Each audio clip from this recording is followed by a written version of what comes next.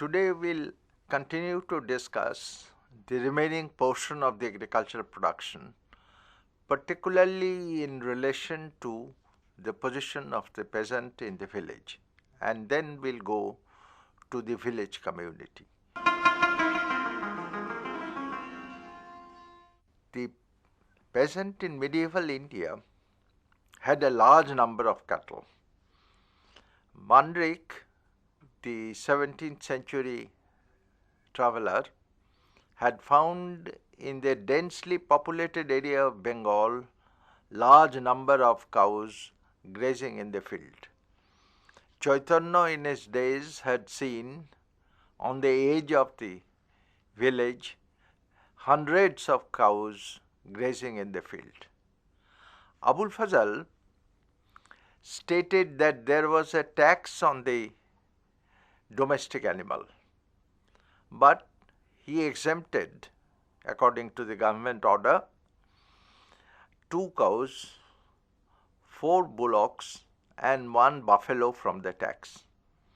In Bengal, however, we do not find any reference to tax, but it seems that it was prevalent in northern India. As a result of this large number of cattle, milk and milk products were quite cheap. And as it has been stated earlier, the ordinary people used to have rice and ghee at least once a day. With these few words, we come to the proprietorship of the land. The 16th century European travelers stated, followed by a large number of European travelers in the 17th and 18th century, that king is the owner of all land. This was more or less explained very clearly by François Barnier, the mid-17th century French traveler, who linked it with Oriental despotism. But Abul Fazal does not give any such idea. According to Abul Fazal, who wrote in 1596 that there is a contract between the king and the peasant. So long the king protects the peasant, or in other words keeps law and order, the peasant will pay revenue. If the peasant does not pay revenue, then he is liable to be dislodged. But by 1730, it appears that another opinion has already come in. Qazi Muhammad Ala stated that king is the owner of all land. Whether that opinion was already there or whether that opinion came during that time, it is difficult to say. But the fact remains that normally the peasants are not dislodged for a very simple reason, that the revenue would fall. Because the land was available in plenty and labor was not so much available. Therefore, it is a limitation on the oppression of the authorities. And the authorities try to see that the peasants do not move out from one place to another. There are references of peasants moving out to other places, and there are references also that these peasants were ordered to bring back to their native villages. If the peasant does not cultivate the land, then the land can be leased out to an outsider or to some other person in the village. But then if the peasant comes back and wants to till the land has to be given to him. So therefore it appears that the peasant has some kind of a right in the village on the land, but how much that is practically done or necessary, that we'll see now. In a village, the peasants form the bulk of the population, but they are identified by caste. Generally, the dominating caste of a village is there. We have a document of 1611 in which it has been shown that in central Doab, the dominating castes were there like Jats, Ahirs, Rajputs, etc. We have another document, and this time a bigger one, in 1664, written by a man called Nainsi, Nainsi, Bighat-e-Daftari, in which he had given a village-wise survey of Rajasthan, particularly Marwar. Nainsi had shown that Marwar can be divided into two zones. The northern zone, composed of dominating caste villages, and the southern zone is the villages full of other castes. All kinds of castes are there.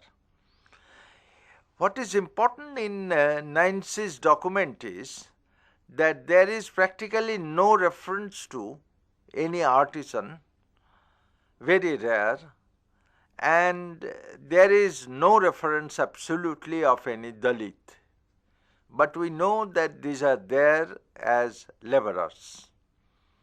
In the single caste dominated villages, this caste would not allow any outsider to come in.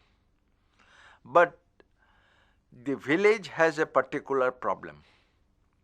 The problem is that the villagers produce something which would have to be sold outside so that the villagers could pay the revenue. So there is one tendency of a market economy oriented towards the market. And secondly, in contradiction to it, there is the other element that the village must produce those things which are necessary for the inhabitants. That is, there is a question of self-sufficiency of the village. Now, in these pulls between one to the other, the village continues to function, often under dominating caste. The villages can be divided into two types. One is Bhayachara or joint village, in which there is no one single Jamidar or anyone like this, and it is run by the village panchayat. The second one is the Zamindari village, in which the Jamindar is the supreme. Now in Bhayachari village or joint village, there is the village community about which we will come in a minute, but there is also the question of some chief of the tribe getting laborers from outside and taking them inside the village on the ground that labor is necessary. But we know that whatever the nature of the village, there are people who are not cultivating anything at all. As a matter of fact, they are not touching the plough. For example, the high caste people, the Brahmins, the Rajputs, or the Benias, the mercantile class, they do not touch it. They get other people to till their land. Now, this kind of different types of people exist in a village, and this creates perhaps some problem for the village community. To look at the internal structure of the village, we have now a large number of documents, particularly from the temple establishment of Vrindavan. These documents had been found at a later 20th century by Tarapada Mukherjee, and these had been analyzed and presented by Irfan Habib very clearly. We'll see some of these documents, naturally not the total number of documents are many, so we'll see a few of the documents and see the features of the village. There are two documents of 1579 and 1588 in the village of Aritha, which is not very distant from Mathura or Vrindavan. In this village document of 1579, some people are selling land. These are kept, the deeds are kept in the Brojo language as also in Persian language, which is done a little bit later. In the Brojo language, they are claiming themselves as Panch Muqaddam, and in the Persian language, they are simply referring themselves as Muqaddam. They are selling 238 bighas of land in 6 plots, 5 plots of land and 1 pond, to two Vaishnavas. One is Raghunath Goswami and the other is Jeev Goswami. Both are very well-known Vaishnavas for their writings. Raghunath and Jeev, they actually were Bengalis and they came from Bengal to Vrindavan, and they had been referred in the contemporary Bengali Vaishnava documents. Now, whether they are buying this land for their own private use or for the temples of Vrindavan is difficult to say. But what is interesting is that in 1588 documents, the same kind of references are there, Panch, not Muqaddam this time, and in the Persian document, it is given Muqaddam. So the documents are more or less the same with slight differences. Now there are other documents, many other documents of, for example, 4 persons selling a portion of land. Then there is a document 13 persons selling a portion of land. Now what is this land they are selling? This is the village wasteland, the land which has not been cultivated, but the land which has been there, perhaps for the grazing of the cows and so on and so forth, and the village panch, or in other words the panchayat in modern terms, they are selling these lands to individuals. Now this panchayat, the word, comes first in the document of 1599, fairly long after these particular dates, but Panch would suggest panchayat, and this is the village oligarchy which controls the village, which controls the peasant, and who sell this land also. They can give lease to other outsiders. For example, there is a document where the Panch had given 4 bighas of land to a Bairagi, even lent him some money also for constructing a structure. And it is stated in the deed that even if the Panch wants to have this land again back, the consent of the Bairagi is necessary.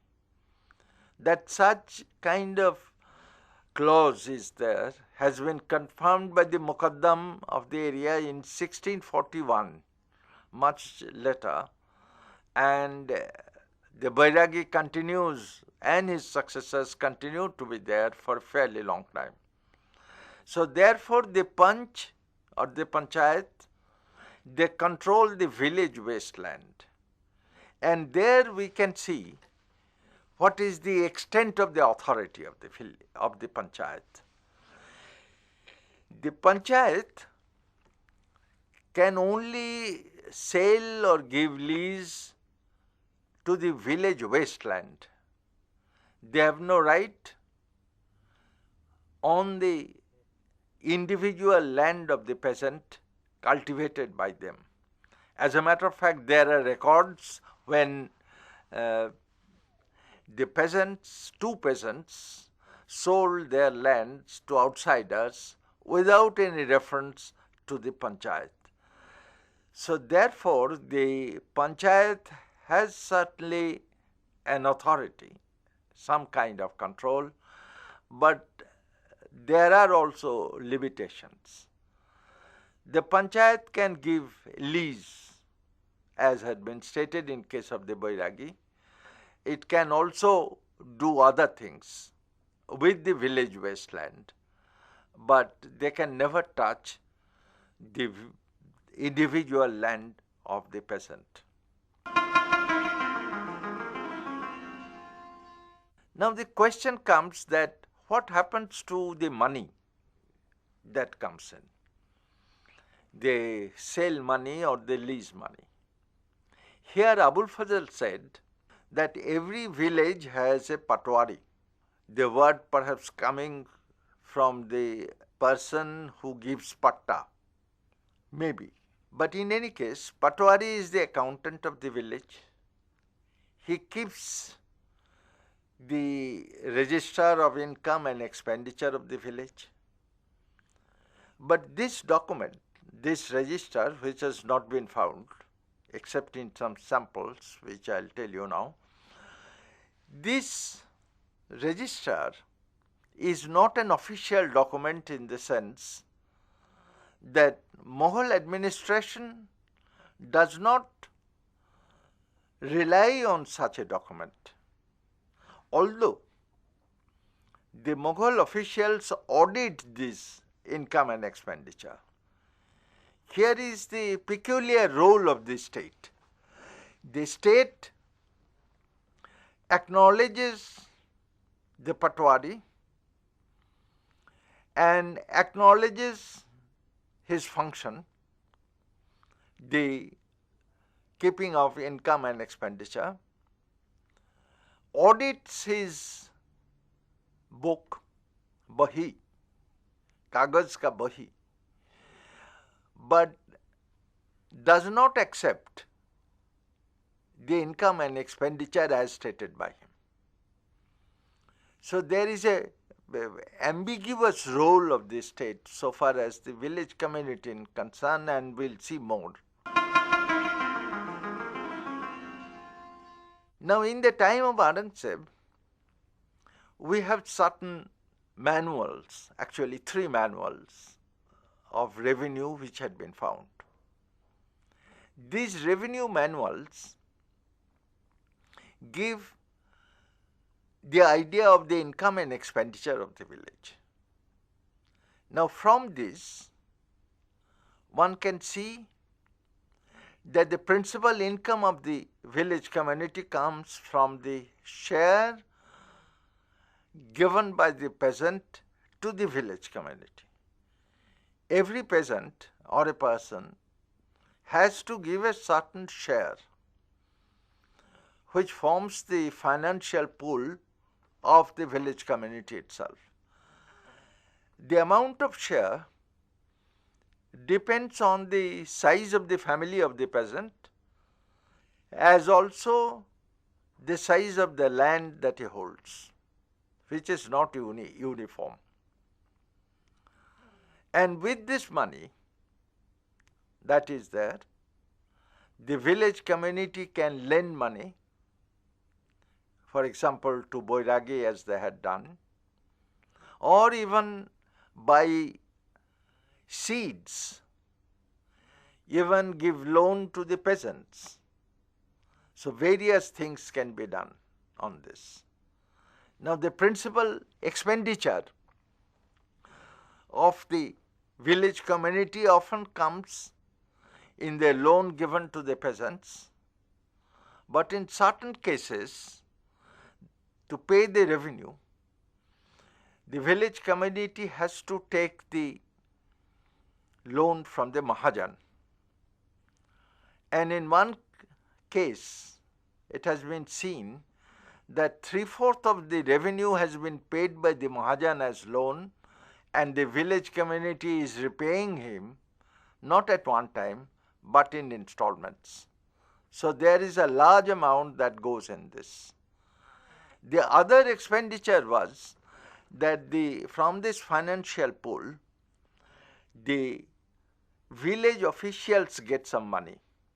For example, the carpenter or the leather worker or others who do the village work of the village, for example, making a dam to a nala, repairing the pots of the Persian wheel, repairing the Persian wheel itself, all these people had to be paid.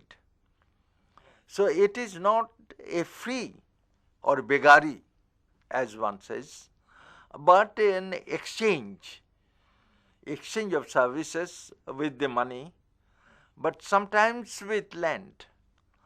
As we'll see shortly, that some of these are village officials get free land, and these are recorded also. They are given particular names to it, particularly in Maharashtra and so on and so forth. So therefore the village community itself has a financial pool supervised by the patwari so far as accounting is concerned, but mainly run by the muqaddam or the headman, and he gets a remuneration in return. In one case, in the early 18th century, we know how much is the division between the village community and the individual peasant. In early 18th century, there was one Beni Rai, a panch, that is one of the panchayat leaders, sold land for rupees 72. Out of this rupees 72, 61 was taken by the village community and the rest belonged to him. It is not clear whether Beni Rai sold the land of the village or he sold some of his own lands or some land of the village. That is not very clear, but it is certain that there is a division and the principal part is taken by the village community. So therefore, there is a right of the peasant, there is a limitation of the right of the peasant, there is the right of the village community, and there is a limitation of the right of the village community also. The village communities in the Mughal period has been very ably described by Father Montserrat, a Jesuit priest, who was describing the village community in Salsette, that is in Goa island. He said that there were 66 villages. Out of these 66 villages, 12 villages constitute the village community, the panchayat. From each 12 villages, 2 persons are given to the panchayat, and these 2 persons, they constitute of the 12, that is 24 persons, constitute the village community, and they decide everything for 66 villages. There is a writer in that, he who writes and so on. They distribute the revenue among the villages. The village then distributes it among the peasants, and if there is no harvest, even then the revenue has to be paid, which is different from the Mughal system. Now, in case of the payment of revenue in the absence of harvest, the other village communities come forward and they pay it, obviously as a matter of loan. Now, this is what is the village oligarchy. Now, the village oligarchy itself, it appears from the Vrindavan records. Some of the families had been traced in genealogical order, that the post is hereditary. It is of course one person of a family who is a panch, that is, who is a member of the panchayat. But it is recorded also that in case this one man gets the perquisites or privileges of the panch, he must share it with the other brothers. Now, in case of the composition, often there are Muslims in it. Actually, in a village community of 14, it has been seen that there were 3 Muslims. In certain cases, the Muqaddam was a Muslim. There is one Bari Khan who was a Muqaddam and who was known. So therefore, the composition of the village community is certainly hereditary, but it is of one family and it consists of both Hindus and the Muslim peasants, not necessarily only Hindus or only Muslims. Now, in case of this village community, the principal problem was the share of the revenue to be distributed to the peasant. Now, Aurangzeb has a farman in 1666 to Rashid Das Karori in Gujarat, in which he says that the revenue official must find out the holding of the land of the peasant, how much revenue has been asked to pay, and how much he is paying. Whether that was actually done is difficult to say. But it seems that the village community distributes the revenue among its panchayat members, and the government likes to have a look at it. Although whether they did so in all villages is difficult to say and almost impossible. But in certain cases they must have seen some of these documents from the patwaris and actual enquiries. So therefore the village community has certain rights and has certain limitations of the rights, but the peasant also has its right.